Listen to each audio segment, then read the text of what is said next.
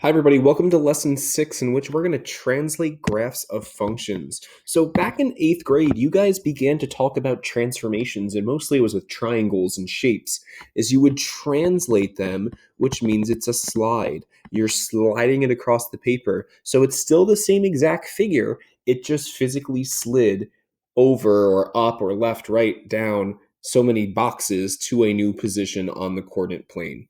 So we're going to play around with transforming these graphs and seeing the relationship between the equations and the graphs of functions. So graph the parent function f of x equals the absolute value. Remember that those bars are the absolute value. Absolute value. So if you go to your calculator, I'm going to go to y equals to graph something, and absolute value is hidden in math number abs. So I have the absolute value of x. So hopefully remember from the fall, absolute value graphs make this V shape. And what's nice about this parent function is it's really 0, 0, 1, 1, 2, 2, 3, 3, 4, 4. And the negatives just become positive because that's literally what absolute value does. It tells me how far am I from 0. So 1, 1, 2, 2, 3, 3, 4, 4. Look how easy it is for me to graph this function. There's one branch of the V, and the other one was negative 1, 1. It makes that perfect V shape. So it's not a parabola. Notice this is not an x squared graph because it's got these it's a piecewise linear. It's got two pieces of linear functions. So this is why f of x equals the absolute value of x. And this is our parent function. It starts kind of at 0, 0 here and branches off in both directions. So what we're going to do is we're going to change something in this equation. I'm going to graph g of x equals x minus 2, or h of x equals the absolute value of x plus 4. And I want to see what transformation occurred. So I'm going to go over here to Desmos, and I've got this number here on the inside of my function. So if I go to, what was it? I needed to graph x minus 2. So if I go to minus 2, what happened to the graph? So the black was the original. The green is the child of that parent. Well, it looked like it slid 2 units. Looked like everybody went over to the right. It's the same graph. It just slid to the right 2 units. So this went to the right 2 units. So let's do that. Let's take this graph and slide him over. So instead of starting at 0, 0, I'm going to slide him over. And then from there, he goes to up 1, right 1. And this way, left 1, up 1. So it still makes that V shape, but everyone just slid over 2 units to the right. Notice it went to the right this time, which seems weird because you see a negative 2, but it went to the right. So take a guess, what's going to happen when I translate? What translation is going to occur when I have the absolute value of x plus 4? So if I go back to Desmos here, if I go to positive 4, so there's my parent. There's the parent graph right there. And if I put a plus 4 inside those absolute value signs, there we go. What happened? Well, the graph, it's the same graph. It doesn't look as big because the window's getting chopped off, but it slid which way? It started at 0, 0. It started here at 0, negative 4, 0. So it slid 4 units to the left. This went left 4 units. It translated left 4 units. So instead of starting at 0, 0, 1, 2, 3, 4, I'm going to start at negative 4, 0. And then apply that apparent shape, that up 1. There's that one branch of the absolute value, and then there's the other branch. So it looks like there's less, but remember, it keeps going on and on forever. So notice these numbers on the inside were a horizontal translation. They're a horizontal translation, and it kind of goes the opposite way you think it does. That's a big idea of this lesson. It kind of goes the opposite way. So if you see a negative 2 on the inside of that absolute value, it's actually going to the right. If you see a plus 4 I would think would mean right, but I'm actually going to go to the left. Notice these two functions here. Where's the number? The number's on the outside of the absolute value. It's not absolute value of x plus 3. It's the absolute value of x, close it, plus 3. So let's see what that does. And I have a slider for that too. So that inside piece there slides me horizontally. So guess what a number on the outside does? It's going to slide me vertically up and down. It's a translation, a vertical translation here. So the first one I have to look at is plus 3. So if I have plus 3, guess what happens? I go up 3 units. So I'm not going to graph that right now, but I'll just say it was shifted up or translated up, shifted up. I don't know why we changed colors there. 3 units. It shifted up 3 units because he's on the outside. If we were to make a conjecture, what do we think a minus 5 on the outside is going to do? A minus 5 on the outside, there's my parent starting at 0, 0. If I see a minus 5 on the outside, that brings me down 5. So it's the same graph because they're rigid motions. They create congruent figures, but it just looks different because of the window. So it's shifted down 5 units. So that's because it's on the outside, it went down. So this is a vertical shift, a vertical translation. And this one goes the way you want it to go. If you see a plus 3, it's going up 3. That's not the same for the inside ones. You see how those are inside the absolute value bars, while this guy is outside the absolute value bars. So this is a huge idea for any function f of x. I can make a new function by, look what it says here. That looks like distribution, but it's not. I'm doing f of x minus h, so this is the inside shift, and the k is the outside shift. So the inside number, h, is the horizontal translation. The inside number you see is the opposite of the horizontal translation. Horizontal translation. And this one is the opposite. This number on the outside is the same. It's a vertical translation. Vertical translation, up and down. And it's the same way. If you see a plus 3, it's going up 3. You don't have to do anything weird with it. So notice, I can't type this into my calculator because I don't have an f of x button. So you got to be careful in recognizing if you see a function name, they want you to talk about, well, I want you to talk about the transformations that occurred to that graph.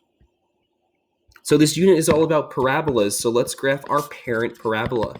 This is our parent parabola. This is where all of our parabolas come from. They all come from x squared. So if I go to y equals here, we're going to graph x squared, which is our parent parabola. And there it is. It passes through 0, 0. Passes through 0, 0. And if I go to my table here, 1 squared is 1. 2 squared is 4. 3 squared is 9. Negative 1 squared is 1. Negative 2 squared is 4. Negative 3 squared is 9. So there's 1 squared is 1. 2 squared is 4. 3 squared is 9. There's that branch of the parabola. That's really bad. I'll try that again. There we go. Much better. And the other branch, remember, it's symmetric. It has that axis of symmetry, is exactly the same. And there's the other branch. So this is my parent, f of x. So let's use our knowledge that we just learned. How am I going to graph this g of x function? What can I do to my parent x squared? Well, this is inside. Inside is the opposite shift. So this is actually going left 3 units. While also going, that's just stuck on at the end, that one's normal, down 2. So I can graph this new parabola by just recognizing these shifts, left 3, down 2. 1, 2, I'm going to move everybody, left 3, 1, 2, 3, down 2. Bam. Left 3, down 2. Left 3, down 2. I'm just going to all my points and performing that translation. And notice the symmetry is preserved under this. So that's a nice little way to check. There's my new parabola. It's the same graph, I just slid it down on the paper, and that was called g of x. So notice, inside, opposite, outside's normal. Consider the function h of x. So h of x is saying take f of x and do this to it. So notice, it doesn't look like a parabola, but what is f of x? What's my parent function here? This is my parent function of x squared. So I'm taking x squared and doing what to it? Start with x squared and do what? Well, this tells me to go right 1, right? Opposite. This one's normal. Up 4. So take my parent graph. That's what f represents. F represents your parent. H of x is f of x, but shifted right 1 and up 4. So I've got to take this parabola and go right 1, up 4. Right 1, up 4. Right 1, up 4. Right 1, up 4. Right 1, up 4. And that's all I see of it. It looks smaller, but it's really the same size. It just got cut off by the paper there. That was called h of x.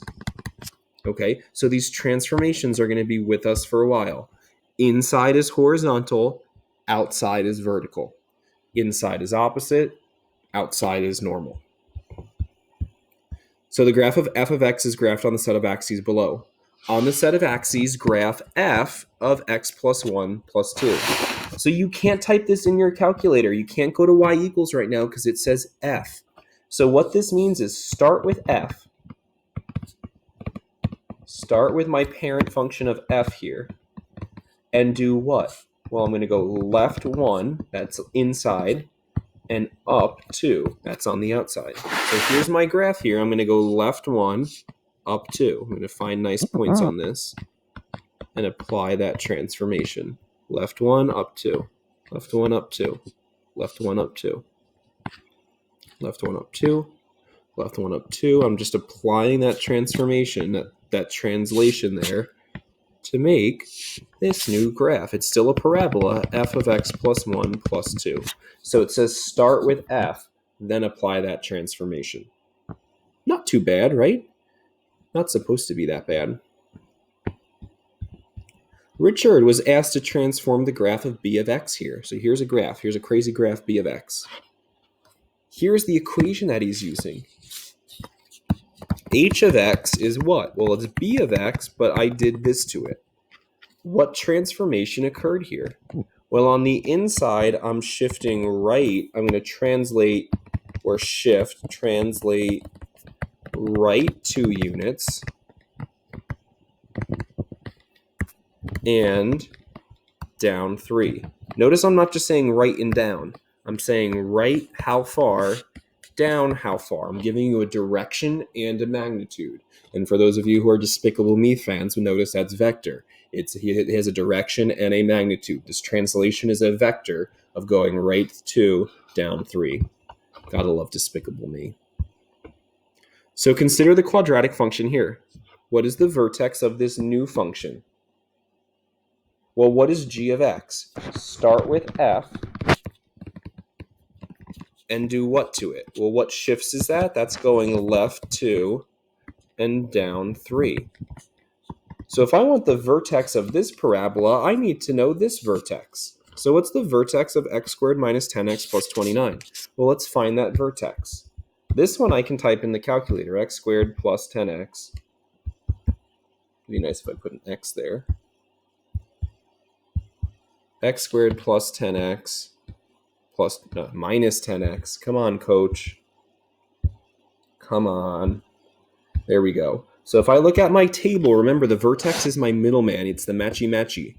So I have to find the matchy-matchy terms here in my table so everyone matches up. There we go. 29, 29, 20, 20. The vertex is the middleman. The middleman is right here of 5, 4. So this guy has a vertex of 5, 4. And what transformation do I have to do to that? 1, 2, 3, 4, 5. 1, 2, 3, 4. What transformation do I have to do to that? I need to go left 2 boxes, and then down 3.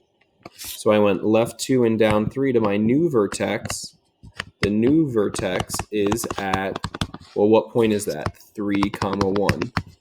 How'd I get there? I went left 2 and down 3. I went left 2, down 3. Last problem for this lesson. Nice. Not too bad here. So the equation f of x is shown here. H can be obtained through a translation. So what's the equation? Well, what translation occurred? So f is what we started with. I'll color that in. I'll color that in galaxy. So here's where I'm starting. I'm starting here. What translation occurred? Well, it looks like I'm going down. I'm yelling timber. It looks like each time I keep going down 3 boxes. Looks like I'm going down 3. So is that going to be on the inside or outside? Well, it's vertical, so that's going to be on the outside. So h of x equals f of x, close it, minus 3. Notice it's not this. It's not f of x minus 3 where it's on the inside. That's bad, bad, bad. The minus 3 is on the outside because h of x is f of x, but I shifted it down 3 units. So overall, to review, the inside shift is horizontal, the outside shift is vertical. And I'll see you guys in the next lesson in which we're going to stretch the graphs instead of just sliding them around.